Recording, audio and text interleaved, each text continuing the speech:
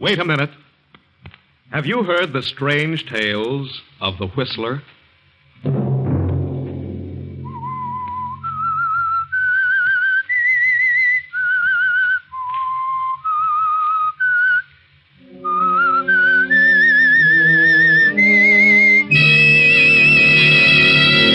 I'm the Whistler. You cops are going to be on the scene of a crime instead of coming in after it's all over. Tonight, I'm going to do a little exterminating. Sunday night, and again CBS presents The Whistler.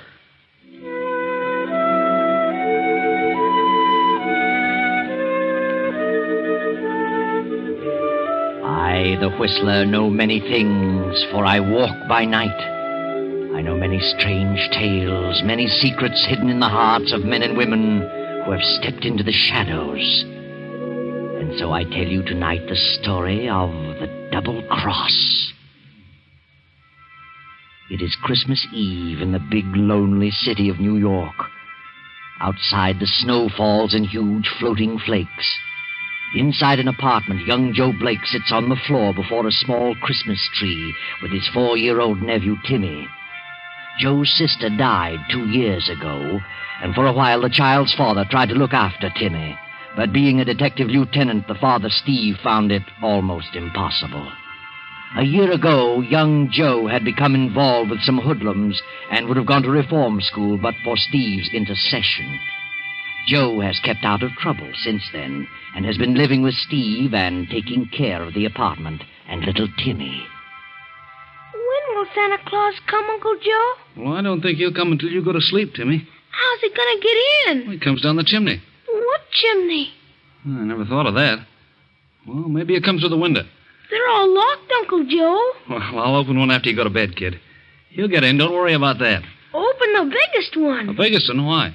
Well, I saw Santa Claus, and he's fat. And a pony is big, too. Oh, I see. Well, I don't know about the pony, Timmy. Kind of scarce these days. Huh? Well, ponies are kind of extinct. Well, I could keep my window open. No one would smell them. Wouldn't you like to have a train just as well? If you don't get a pony, huh? Mm-hmm. Attaboy, Timmy. Well, you better go to bed now. It's after 11, and old Nick won't come unless he's sure you're asleep. How about it? When is Daddy coming? Oh, he'll be along soon. Come on, Timmy. You're going to turn in.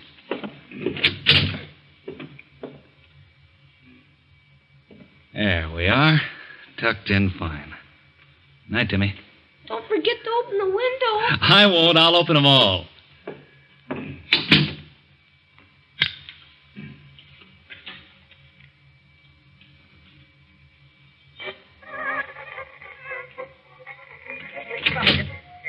Police call's on the other end of the dial, Joe. Huh? Oh, hello, Steve. I didn't hear you come in. Let me help you. I wasn't looking for the police call. No? I just put Timmy to bed. Why so late? Oh, he wanted to see Santa Claus. He's going to be kind of disappointed in the morning. How so? Well, it's a pony. Well, maybe you can buy him one, Joe. Are you kidding? No. I don't get it. What's the matter with you, Steve? Something go wrong tonight? Have you been here all evening? Why, sure. Haven't been out. Don't I always stay with Timmy when you work late? You didn't slip out for an hour or so while Timmy was asleep, huh? No, why should I? But you could have. Sure I could, but I didn't. Joe, when I got you out of that last scrape, I did it because I had a lot of faith in you. In your promises. I still don't get it. I was the one who got you that relief job in that department store. I vouched for you. I know that. What about it? Somebody opened the store's safe tonight. Somebody with slick fingers. Sensitive fingers like yours, Joe. What? Why, I've been near the store since noon. You sure? Certainly, I'm not crazy. I've had my lesson. I wish I could believe that. I swear I haven't been out of this house. Why should you try to pin anything like this on me just because I'm working there during the holiday season? I'm not trying to pin anything on you. Just has all the earmarks of your abilities to open a safe. That's not fair, Steve. I'm through with that kind of stuff. I got plans. I'm going to make something useful of myself. You're sure you weren't out of this place? I swear I wasn't, Steve. I swear it. Okay. I'll take a chance on it. I'm not on the case, but I heard about it. Now, look, they'll start checking on all the records of guys like you, and they'll probably drop around to see you tomorrow. I didn't leave the house, Steve. I didn't. Okay, but you got to have an alibi. Well, Timmy was here. Timmy's a baby. He won't count. Oh, hello, Steve. Why, evening, Captain. Come on in. Yeah. You know my brother-in-law, Joe. Yeah, I remember him. What can I do for you? Sit down. I was just ready to turn in, but sitting around reading for a couple of hours. Kind of drowsy. Yeah? How long you been here, Steve?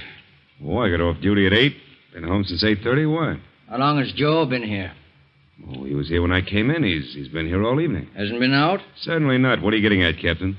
Joe's been working mornings at Shelby's department store, hasn't he? Yeah, that's right. Well, their safe was open tonight around 9:30. They closed at 7:30. I thought we'd check up on the boys with sensitive fingers. Joe?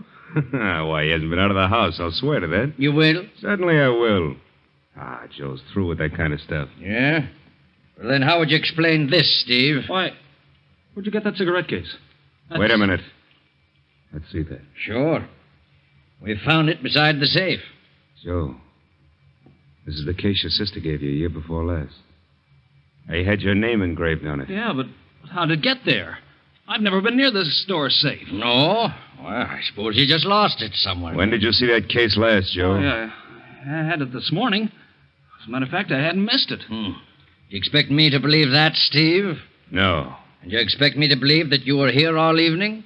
No. You dirty little rat. You did pull that job. No, I swear I didn't, Steve. I swear it. You know what this means, Steve? You haven't been here all evening. You're lying. You're trying to furnish an alibi for Joe. Do you know what that means? Yes, I know what it means. Sneaking little crook, I believed in him. Get him out of here. Get him out before I break his neck. Steve, please, listen. There'll be a hearing about you, Steve, in the morning.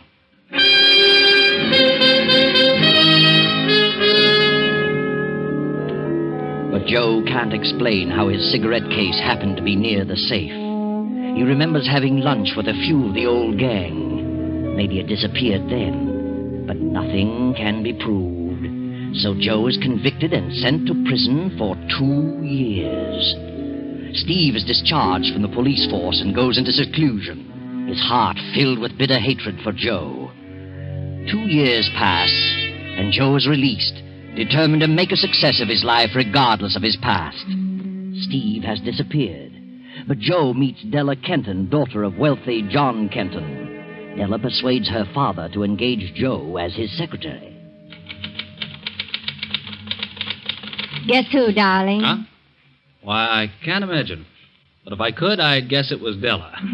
Well, you'd guess right. Are you going to type all day, Joseph? No, not all day, darling. I'll be through in a few minutes. I've got a message for you. I knew you were busy, so I answered the phone. It was a man, thank heaven, and he said to tell you that he'd located your friend Steve. What? Did you get the address? Yes, darling, but don't get so excited. Here it is, 454 East 17th Street. That's certainly a dilapidated part of town. Whom do you know who lives there? A fellow I used to know. I've been trying to locate him for 2 years. Well, it is a sort of a cheap locality, isn't it? May I go with you? Oh, darling, I'd rather you didn't. I won't be gone long. I hope not. And don't forget, Father is arriving on the midnight train, and he expects us to meet him. Yeah, I remember. I'll be back soon. All right, darling. I'll be ready. So long, Della. Just a moment. Haven't you forgotten something? Have I? What? Are you a married man? Certainly not.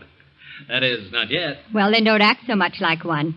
Come back here and kiss me. Oh, I'm sorry, Della, darling. I was so excited I forgot. Bye, dear. That's better. Now you can go. Go on. I won't be gone long. I hope not, because I want to talk to you about Christmas. Christmas? Yes, we're going to give a Christmas party, and I want you to help me. Oh, yes, of course, darling. I won't be long.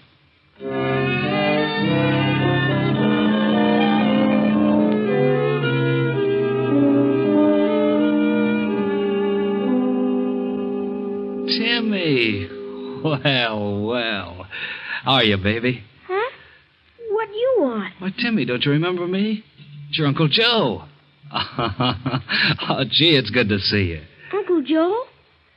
Gee, Uncle Joe. By golly, I've been looking for you and your dad ever since, well, for over a year. Where's your dad? I don't know. Someplace, I guess. Yeah? How long you been in this place? Oh, a long time. What's Steve doing? I don't know. It's almost Christmas again, Timmy. Remember that last Christmas when you wanted a pony? What would you like to have most this Christmas? Huh? How'd you like a bicycle or a pair of skates? Or... Hey, what's wrong, Timmy? Why, you're crying. I I'd like to have a bicycle, Say, but what are you doing in bed at this time of the afternoon? I couldn't ride a bicycle. Timmy, what is it? Tell me, baby. I don't know, Uncle Joe. I just can't walk. When did this happen? Last summer, first my foot wouldn't work, then my leg wouldn't work, and... Oh, Timmy.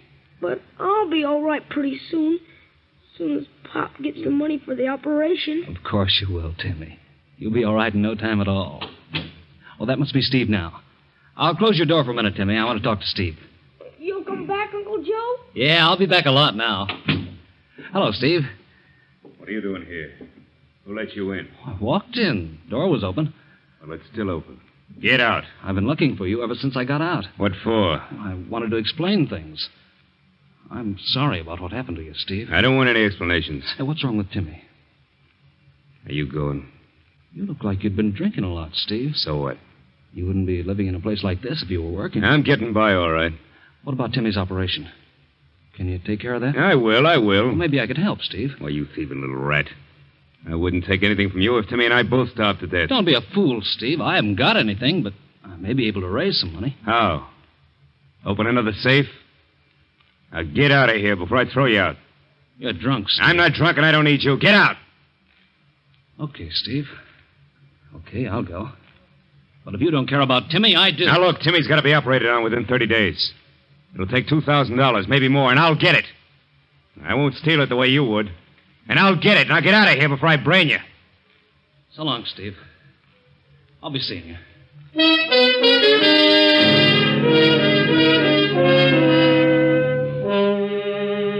Dusk has descended as Joe leaves the cheap apartment and drives to the palatial estate of his fiancée, Della.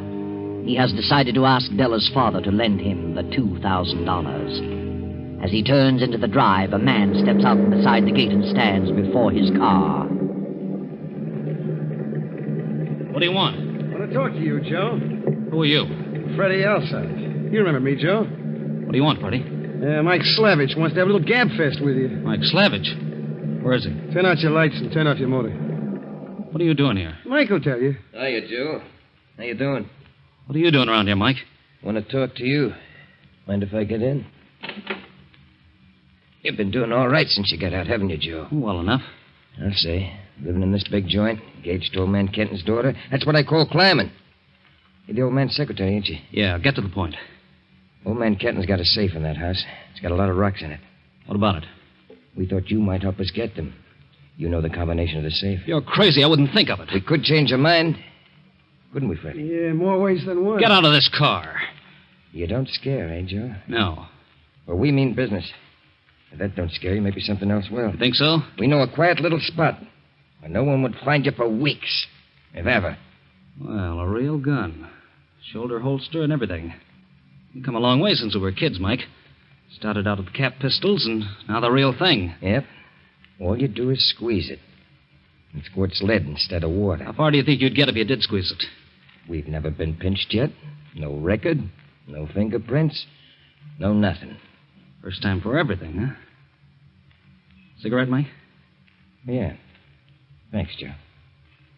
Oh. Get a load of the cigarette case, Freddie. Joseph from Della. Fancy stuff. Well, how about it, Joe? Well, looks like I'm stuck. I think you guys mean business. What's your plan? Old man Kenton's out of town. We walk in with you, you open the safe, take the rocks, and we all leave. All leave? We'll take you with us. We'll hide out for a day or so until they start looking for you. You'll be accused, you know. Now, wait a minute. Come on, get going, Joe. Out of that car and up the drive.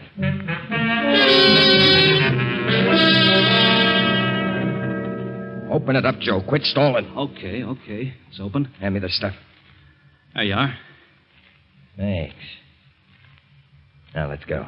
Joseph, are you in the library? Get out there and talk to her. Tell her you're leaving town for a few days. No monkey business. We'll be watching. Yes, Della. I'll be right out. Oh, where have you been, darling? We've got to meet that train. Well, Della, I was... I'm sorry, but you'll have to meet your father alone. I got to run out of town tonight on business. I'll be back in a few days. What? Well, when did this come up? Just a few minutes ago. I'm going to drive. Well, all right, darling, if you must. Will you be back in time for the Christmas party? I hope so, Della. Well, I'd better get to the station. The train will be in a few minutes. Yeah. Goodbye, dear. Goodbye, and take care of yourself, Joseph. I'll try, darling. As soon as she gets out the drive, we'll leave. You take my car, Freddie. I'll drive with Joe. Come on.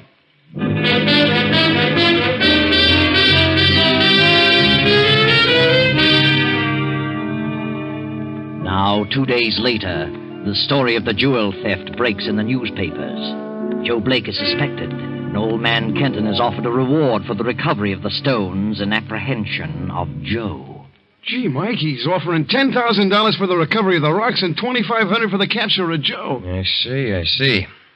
Well, we'll lay low for a few more days, then skip to Chicago and unload this stuff. Why do that? You got a better deal right here in town. How do you mean, Joe? You'd make a lot more by collecting this reward than you would from a fence out of town. You mean we go back to Kenton and hand over the stuff? Why not? Not a bad idea. But we'd have to take you with us and turn you in. Well, certainly. You'd have to do that to prove how you found the jewels. What's your plan? Oh, look. You guys are a couple of private detectives, and you read about the reward, see? You just happened to spot me and grab me. Brought me back to Kenton. You turn over the stuff, and he pays off. I'll make a break for the door. You got to take a few shots at me to make it look real, but you shoot wild. I get away. Then later on, when the coast is clear, I'll drop around. That leaves you in the clear, and I don't get locked up. I think it's a nutty idea. What if it don't work? Shut up. That ain't a bad idea, Joe. I'll take you up on that.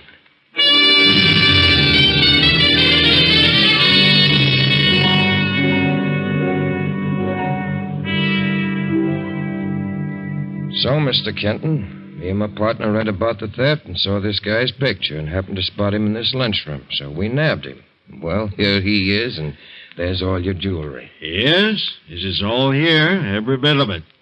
Check it over, Della. See if your jewels are all there. Yes, Father. Nothing of mine is missing.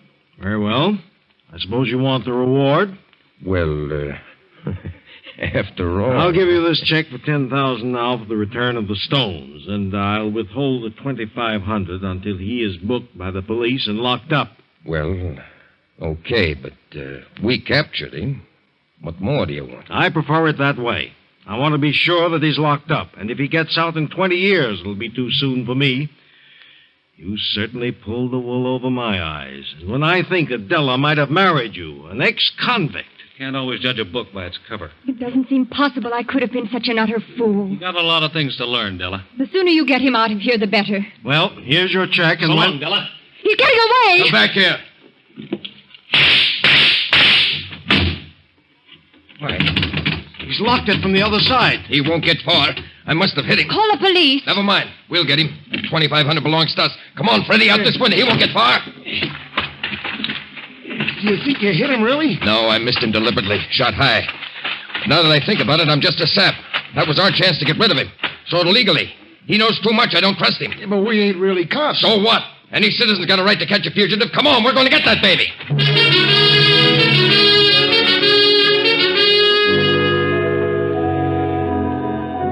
Joe makes a getaway and heads for a little hotel where he hides out for another day.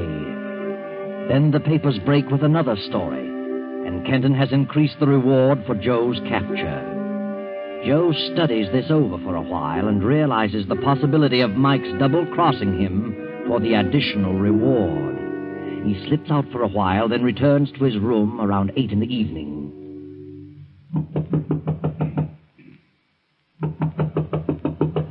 Who is it? Open up or I'll kick it down. Steve. Well, so here you are, the rat himself. What do you want, Steve? What do you think? Are you back on the force, Steve? I will be when I get through with you. Because of you, I got kicked out. And now you're the one who's going to set me back in harness again. Funny how things work out. Oh, you know about the reward, do you? Yeah, I do. Once a crook, always a crook. I knew you'd pull something sooner or later. How's Timmy? He's just going to be fine in a few days. What do you mean?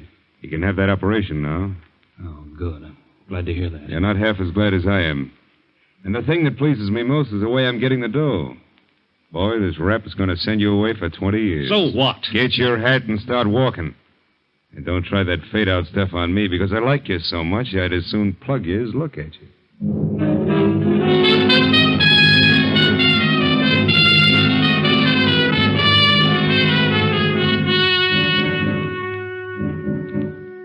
Thanks, Mr. Kenton. Thanks very much. I wouldn't have come out so soon, but, well, this money is a lifesaver. How's that, Bradley? My kid, Timmy's got to have an operation, and I didn't have a cent. Has to be done in a few days, or he won't live. Check's a real Christmas present. Mr. Bradley, what do you think they will do with Joseph? Oh, he'll get 20 years. Two-time loser. What a shame. I had a lot of faith in that boy. So did Della. I just can't understand it. There's been some others who felt that way. Well, what did he have to gain? He was engaged to Della, and he could have had everything. And he was very stupid to do what he did. What do you mean? Well, he took a chance on his life when he escaped from this room. He knew those two men had guns. Good thing for him that the big fella couldn't shoot straight. They fired at him? The big man did, as he went right through that door. Look up above the door. All 3 shots near the ceiling. Yeah. Yeah, I see. You know, I'd say there was either very good shooting or he had a gun that kicked like a mule. It wasn't a big gun. Snub-nosed revolver. Snub-nose. Not a service pistol? No, I'm sure it wasn't. I may drop in on you in a few days, Mr. Kenton. Certainly, Bradley. Anytime.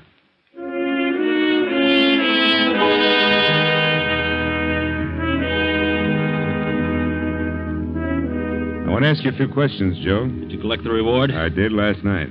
How's Timmy? He went to the hospital this morning. Oh, that's swell. Gee, I'm glad. Well, what do you want to know? He didn't pull his job alone, Joe. How did you arrive at that conclusion? Who were those guys who captured you? Said they were private detectives. One of them was a swell shot. He placed every slug in the same spot, above the door, deliberately. They were in this with you, gagged to cop the reward that was sure to be offered. Otherwise, they'd have popped you in the doorway, you were to get away, and then all meet later and share the proceeds. Yeah? But in the meantime, they changed their minds, Joe, and decided to cut you out. They double-crossed you. What do you mean? How do you suppose I knew where you were hiding? A guy phoned me and tipped me off. They figured they had no police record. Nothing you could say would implicate him. They're safe. Why attempt to shield a double-crosser? That's just what I figured those rats would do. You might as well spill it, Joe, and determine to crack this case. Yeah? What would happen if you cracked this one and another one besides? Set you up as a lieutenant again, wouldn't it? Yeah. Okay. I was forced to open that safe at the point of a gun. Tell me another one, Joe. If you want to grab the other 2 guys, I'll make a deal with you. A deal? Let me talk to your fingerprint expert and get me out of this cell. Are you kidding? I want you to take me to old man Kenton's. There's a Christmas Eve party going on there tonight. I wouldn't trust you across the hall. It means just as much to you as it does to me and probably more. I'll guarantee results. Okay. What's your plan? I'll tell you on the way out to the Kenton place. All right. Hey, Sergeant, let us out of here.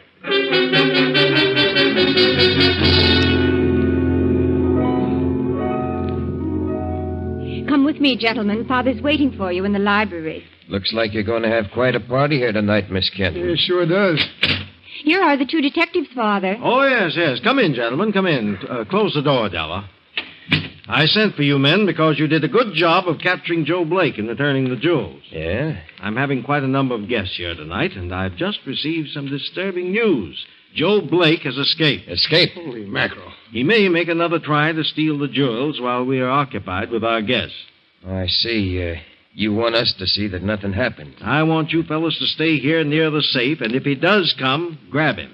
Sure. You won't have a thing to worry about. Good. Come along, Della. Our guests are beginning to arrive. All right, everybody, don't make a move. Father! Lay your guns on the desk, boys. Thanks. Get over the other side of the room, Della. You too, Kenton. Things might happen.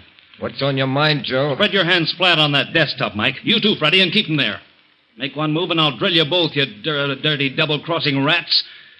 Forced me to open the safe at the point of a gun, and tipped off the cops so to find me. Because you were afraid I might horn in on the reward. This guy must be nuts, Mr. Kenton. Which one of you phoned Steve Bradley? Come on. Well, I didn't, Joe. I thought you was going to contact Shut us. up, you little dope. Yeah, but he's mad, Mike. I don't want him to think I tipped the cops. Shut up. You did it, Freddie. You're the one. No, honest, Joe, I didn't. I didn't. Please, Joe. Open that safe, Kenton. I'm really taking those jewels this time. But I won't be bothered by Mike and Freddie. Joe, I didn't do it, honest. I'm going to place one right between your eyes, Freddie. Right between your eyes. Joe! He's bluffing. Don't anybody move. I'll open the door. Hello, Mr. Kenton. Hello, Bradley. We traced Joe Blake to the edge of your estate. I thought we'd better look in for... Just in time, Steve. Put up your hands and step into the room. What goes on here? The cops are going to be in on the scene of the crime instead of coming in after the crime's over. I'm going to take some jewels and do a little exterminating. But first, I'm going to make these guys do a little talking. I want to know which one of you guys tipped off Steve about me. Say something, Mike. This guy's crazy. Says we made him steal the stuff. That the voice you heard on the phone, Steve? No. What have you got to say, Freddie? It wasn't me. I tell you, it wasn't. It must be him. Yeah, it certainly sounds like him. I thought so. Right between the eyes, Freddie. Please, Joe, don't. He won't shoot. Hand over that gun, Joe. Give it to me. Oh! He did it. I told you he meant it. You're crazy, Joe. You're crazy. I killed a cop, so why should I worry about killing a couple of rats like you? Start talking, Mike. Tell him you guys forced me to open that safe. You can't bluff me. There's no proof of such a thing. No? All right, Sergeant. Check Mike's fingerprints on the glass-top desk. Step on it. Yeah, sure. Mr. Kenton, look in the second drawer of the safe. You'll find my cigarette case wrapped in a handkerchief. What? By George, he's right. I put it there the night I opened the safe. Let the sergeant compare the prints with the ones on the desktop. I've been near that safe since the night the stones disappeared. What are you trying to pull, Joe? You have no police record, Mike. I didn't want you to go through life like that, so I fixed one up for you. Remember the night you forced me into this? I offered you a cigarette? Well, you got a record now, Mike. Well, Mike's prints on the desk check with the ones in the cigarette case. And how about that photo of prints you found on that safe I was supposed to have opened several years ago? You brought them along? Say, why, they're all the same. They all check. Now you guys start talking. Go on, tell it all. I'll tell nothing. I don't know what you're talking about. Right between the eyes, Freddie. Right between the eyes. Tell him, Mike. Tell him he means it. I'll tell him nothing. Joe! Well, that finishes Freddie. Are you ready to talk, Mike? Yeah, I'll talk, Joe. I'll talk. You robbed that department store. You planted my cigarette case there. You copped it at the lunchroom, didn't you? Yeah, that's right. I had nothing to do with that job. And you did force me to open this safe, didn't you? My cigarette case proves that. Yeah, that's right. I'll admit it. You're innocent, Joe. All right. There you are, Steve. You can get up now. Yeah, very nicely handled, Joe. Hey, I thought you was... I've been framed. Pour some water on Freddie. Joe was using blanks. Hey, Joe. No, Joe, I'll tell everything. Nothing more to tell, Freddie. It's all been told. Well, that certainly leaves you in the clear, Joe. And, Joe, I want to apologize for everything. Okay, Lieutenant. Apologies accepted. Merry Christmas, Joe. Same to you, Steve. And tell Timmy that Della and I will be down to see him in the morning. Well, there you are. Everything worked out very nicely, just as everything should, but seldom does. But there's something I should explain about the person who tipped Steve off as to where to find Joe. It wasn't Mike, and it wasn't Freddie. No, it was Joe himself. It was Joe who phoned Steve, knowing it would give Steve an impetus, a new start in his career of sleuthing. And it really worked. And it saved Timmy's life, and Joe's too, for that matter.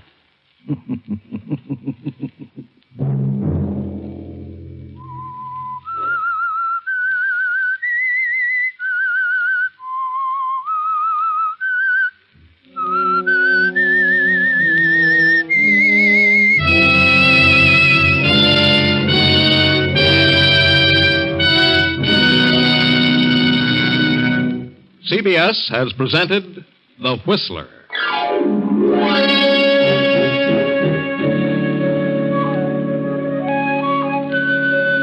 Original music for this production was composed and conducted by Wilbur Hatch. The Whistler is written and directed by J. Donald Wilson and originates from Columbia Square in Hollywood.